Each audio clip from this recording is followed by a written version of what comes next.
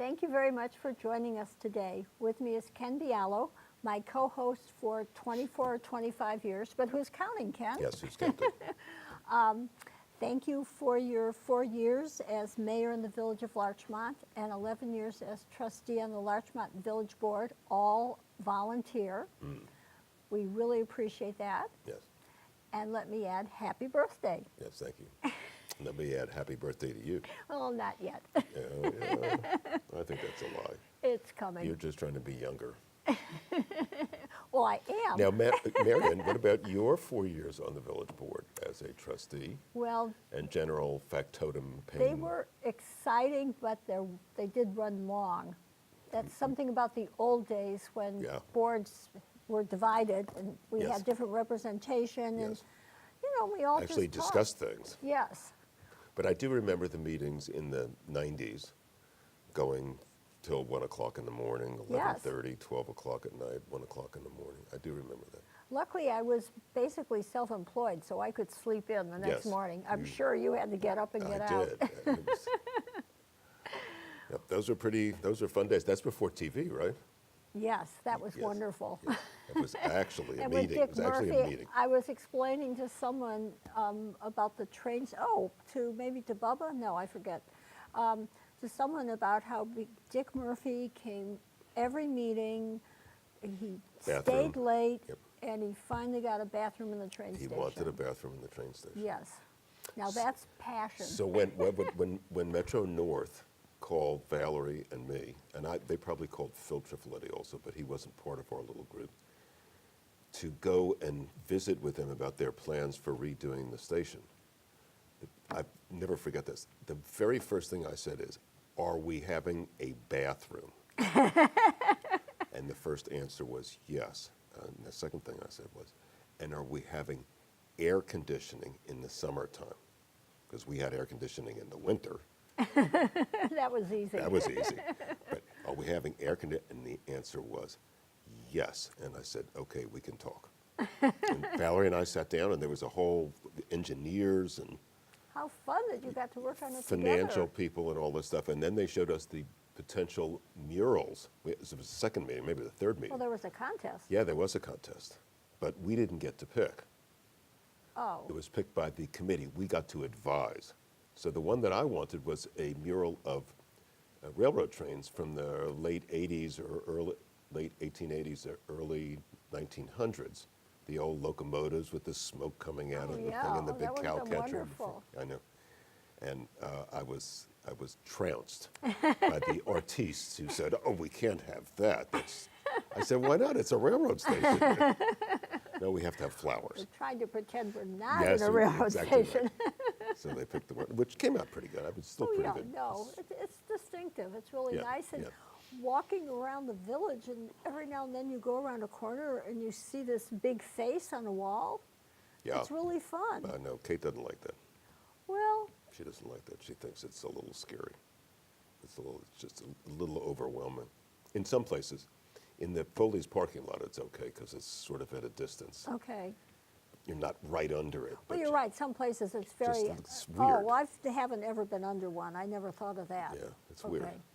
It's weird. Okay. But, these are weird people who run the village now, so Well, we don't have to go there. we don't have to go there. They came upon us. We were there first. Well, we have to talk about the wonderful Yes. gala on November 2nd, Yes, which had more people than ever before, Yes. I think you said. yes, by a lot. And it was successful for the wonderful charity. This is the Furniture Share House Gala, which was held at the Renaissance Hotel, right next to the USTA headquarters. Yes. Right on Red Oak Lane, just off of 287. And there were, I don't think it was quite 400. I think there were 40 tables. And Definitely. Well, maybe there were 400 seated. Maybe there were 400 seated. I was a big crowd. That was a big damn crowd. It was hard to find anyone. It was hard to find anyone, including finding your own table. What a project. Well, But it was great. It was great, and it raised a lot of money. It raised 30% more than we had budgeted to raise. We were more, in other words, we were more successful by 30%. Well, and the whole point of this was honoring founder Kate Bialo. Yes. And I think Yes. she must be part of the reason for the greater funds than you expected, because Well, certainly that was the people hope. felt they wanted Yeah, that was the hope. to tell her how wonderful she is. Yeah. And the food was good. I thought the food was terrific. And And lots of dessert. lots of dessert.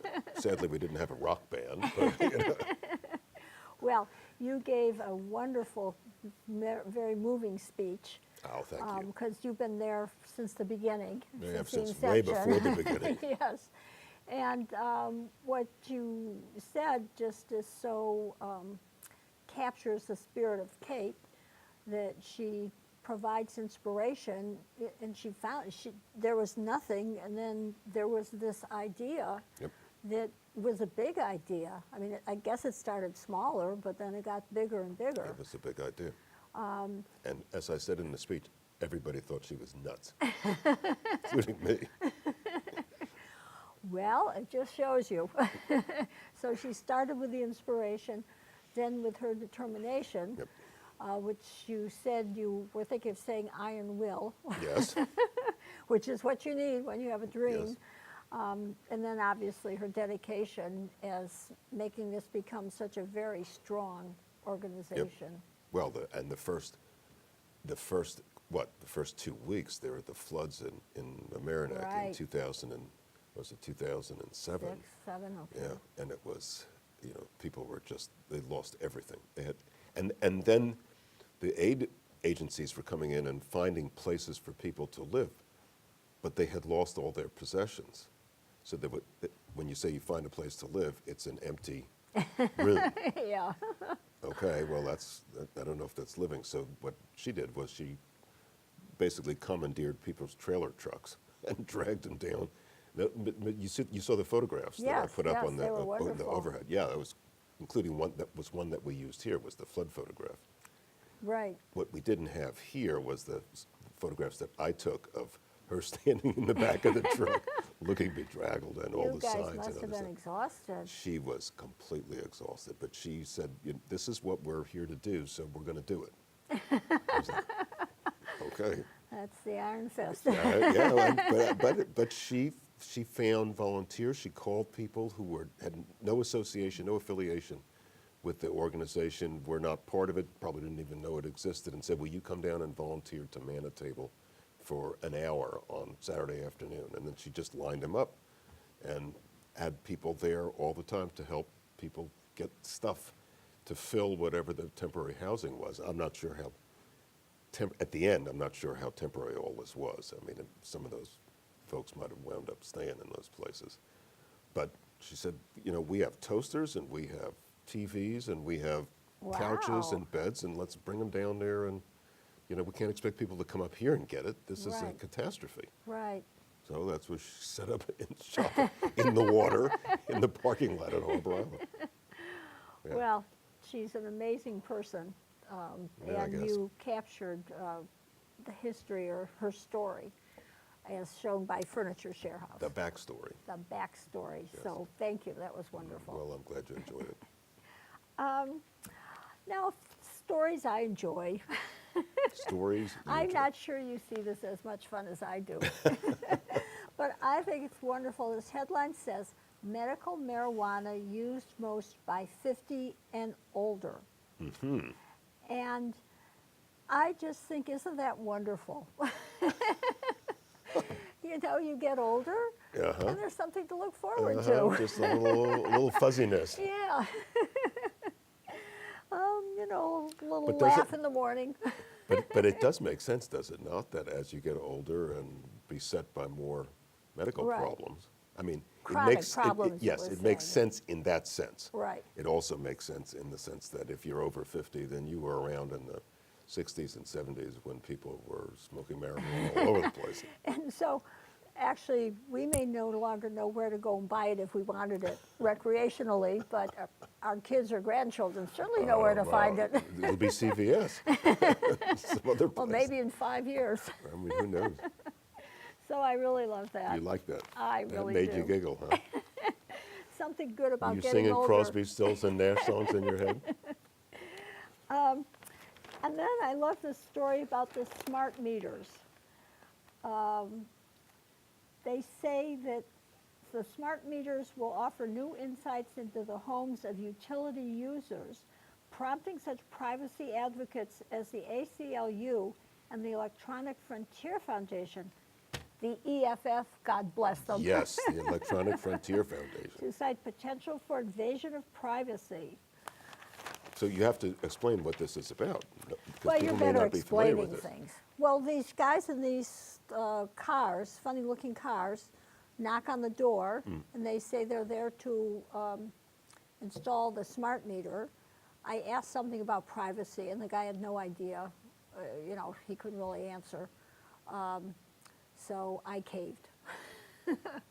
I hate to admit it. So I let him in. So now they know basically when I'm home, because if I'm using my computer or the TV, they know I'm doing that. And conversely, they know when I'm not at home, Yes, which is sort of bothersome. They should know when I lose power, but they say you still have to call yes, because they're not really sure. yes, So that's a problem. yes. So these are smart meters, which are electronic gizmos Right. that communicate with Con Ed headquarter, whatever this is, Con Ed, the room, right, sends your information into the room, and your information can be tracked on a computer. All you need is the password to open the computer and whatever else, right? Right. It's a huge database. It's a huge database, and it's a living database. It's as if they are looking into your living room to see whether you're home. And they say, and that's what this article's about, well, Con Ed says, oh, well, it's going to save us some money of sending around people to read the meters. That may well be true. But it's going to help the consumer because they'll know when their peak usages are. And I sort of looked at that sentence and said, really? They don't know when they're using electricity? Really? Is that what you're saying? Well, I was worried. I guess I was asking the guy if they didn't like how much electricity we're using when it was really hot out. Were they going to cut us off? Well, you don't know what they're going to do with the information. But here's the point. If Facebook can be hacked 1,000 times, right? And the computers and the CIA and the banks, right? J.P. Morgan Chase and Citibank and all these, we lost $1.5 million. The names and serial numbers and social security numbers for $1.5 million accounts. Could I just point out, the Con Ed guy says, well, everything's encrypted, and they use the same cybersecurity that the big financial institutions do. My point exactly. That's my point exactly. Yes. So we're just as protected here at Con Ed as they are. And the answer is they're not protected at all, right? Because if they were, you wouldn't be seeing these periodic leaks of huge amounts of 1 million people, 10 million people, Right. 5 million people. So my reaction to this, you read the article, you had already allowed this person to do it. Yes. I turned the person away from the door. I said, take a walk, pal.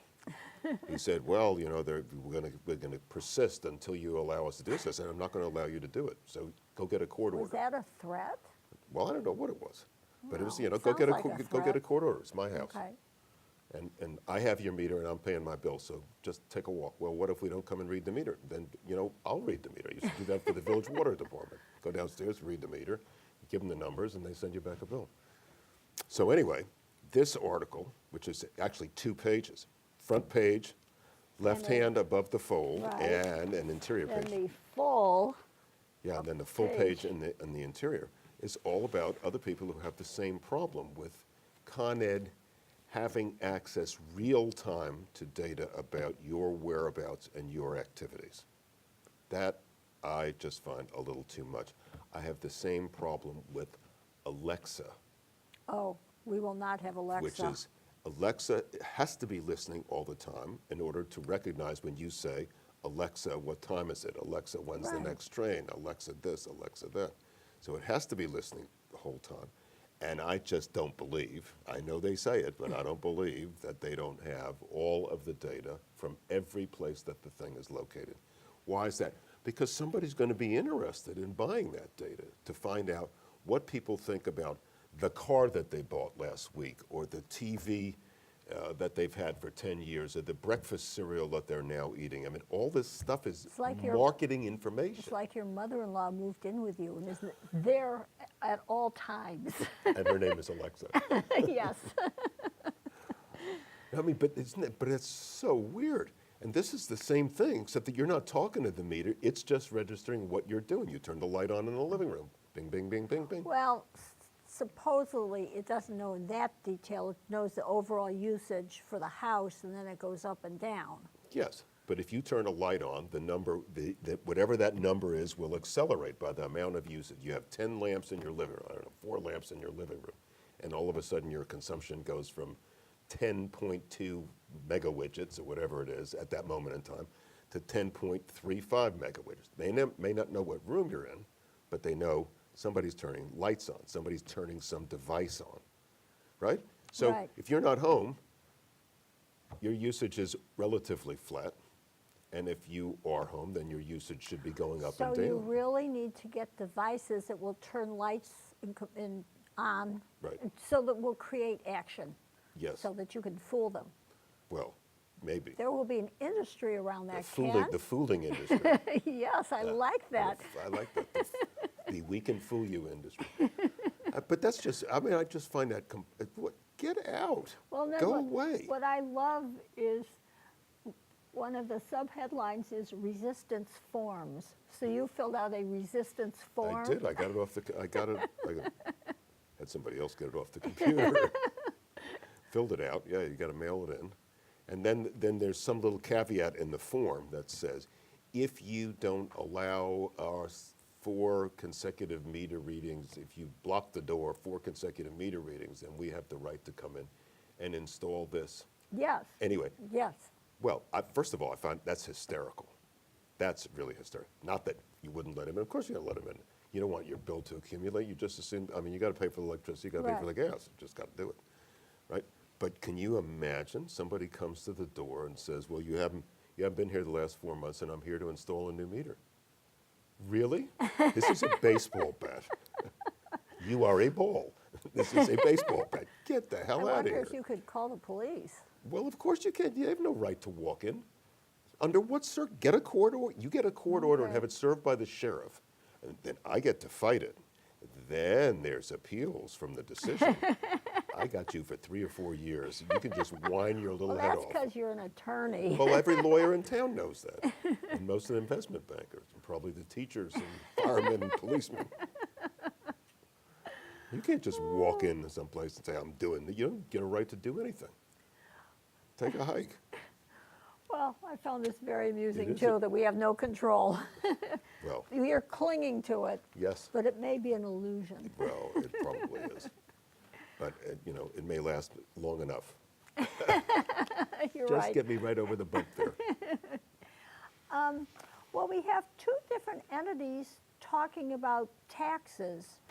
The first is the town of Mamaroneck, and they're going to have a public hearing on Wednesday, December 5th at the town center that would allow an override of the tax levy limit. Tax cap. The tax cap, that's 2%, Governor Cuomo's right? tax cap.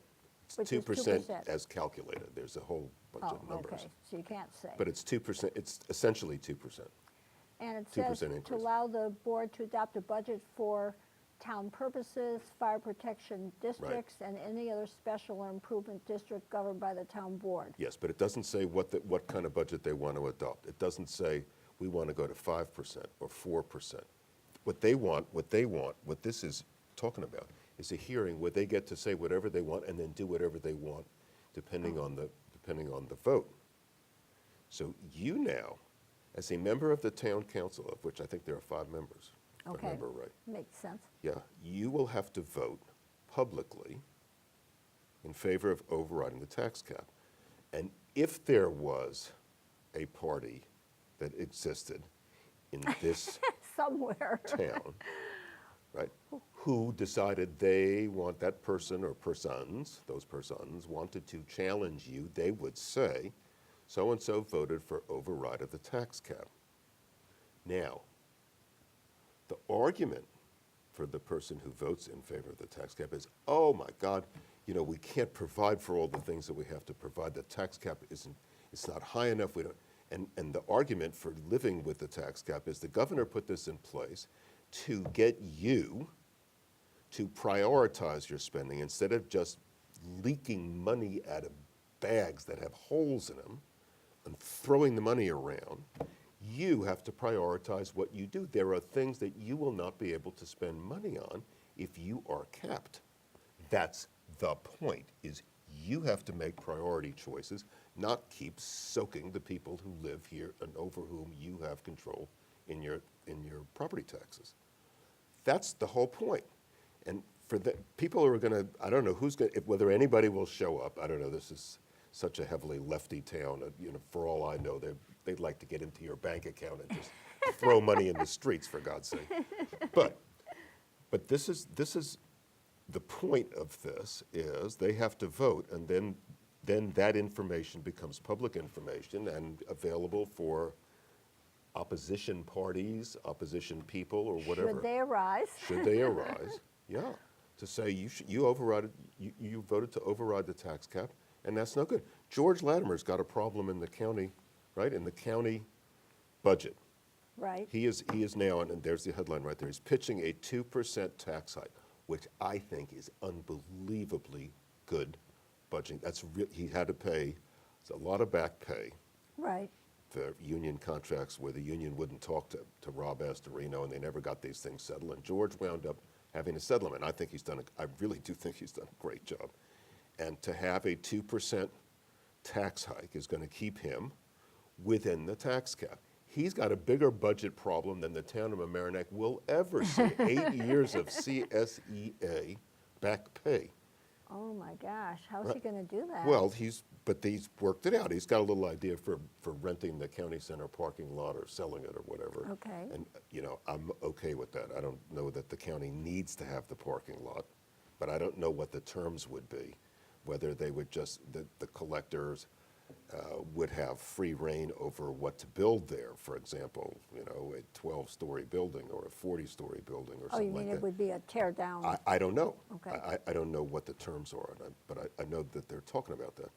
He's raised the issue. But for him to be within the tax cap and this ridiculous town to be over the tax cap, it's an example of, George, it's hard work. It's hard work. He's got a $2 billion budget. And $2 billion? $2 billion, $1.8 billion for all of the town of Mamaroneck says in their notice, they say, oh, we have the fire service and we have this and we might have other things that we want to spend money on. You think you got problems here? He's got about 20 different taxing districts. It's just a mess. If you ever looked at a county, but really looked at the county budget, it is a nightmare. I can't imagine what the state budget looks like. The federal budget is even beyond, must be breathtaking.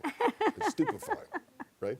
But it's got this unit and this district and this water district and this, all kinds of stuff. And if he's managing to keep that within a 2% tax cap, if that's what that headline really means, pitches a 2% tax hike, and if that's what he's doing is keeping all this sum total, the sum total is last year plus 2%, I think that's astoundingly good, and we all should be on our feet applauding him, really.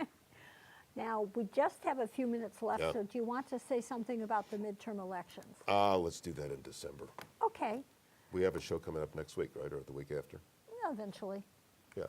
I'll let you know. So when we talk about the elections, Okay, yes. if we tell can me. wear Well, we those have silly our funny hats, Christmas hats. yes, which I think is appropriate. We have to be sure they when came talking over. about elections, it's appropriate to wear a funny hat. Maybe with a big nose or something. With the big. I have a mouse nose. I could bring my mouse there nose. There are wacky people writing, oh my God, the lefty wave, the blue wave. What are you guys talking about? You barely got the House, and you lost seats in the Senate. How is that? I don't understand when the newspaper, when the New York Daily News says, or the New York Times says, oh, this is fabulous. You got nothing, man. You won more seats in blue states that nobody cares about. And I said that on the radio on What the happened? election night. There was somebody sitting there who was a former mayor of the White Plains and an assemblyman. And he said, "What do you mean?" I said, "Look at the map. There's a blue corridor in the East Coast. There's a blue corridor in the West Coast. There's a blue dot in Illinois in the middle of the country. The rest In of Minnesota, you said. well, Is yeah, that- Minnesota is a blue, and New Mexico is sort of a blue. Oh, okay. But the rest of the country is red. So when you say the country, there's a wave going, there's no wave in the country. The wave is exactly where it was before, except that California now has a larger Democrat proportion in their Right. House of Representatives delegation, and New York does as well. Yeah, that's where 20 or 25 of those, the gains came in blue states that I'm sure were just a tad ticked off about the salt limitation, right? You think? Just a tad. I mean, people are writing stuff. It's like, oh my God, people have just fallen asleep. They've lost their brains. Well, we will work hard to be sure it's lively. It will be, particularly if we next wear month. silly hats, because that would be appropriate Well, I when dealing love- with these silly matters. Well, I hope you have a good ramp up to the holiday season. And you as well. Well, thank you. We all Glad to have kicked it off the other day. and thank you very much to the real talent on the other side of the camera. Take care. Yeah, I Thank hope you all had a happy Thanksgiving and have a great holiday season.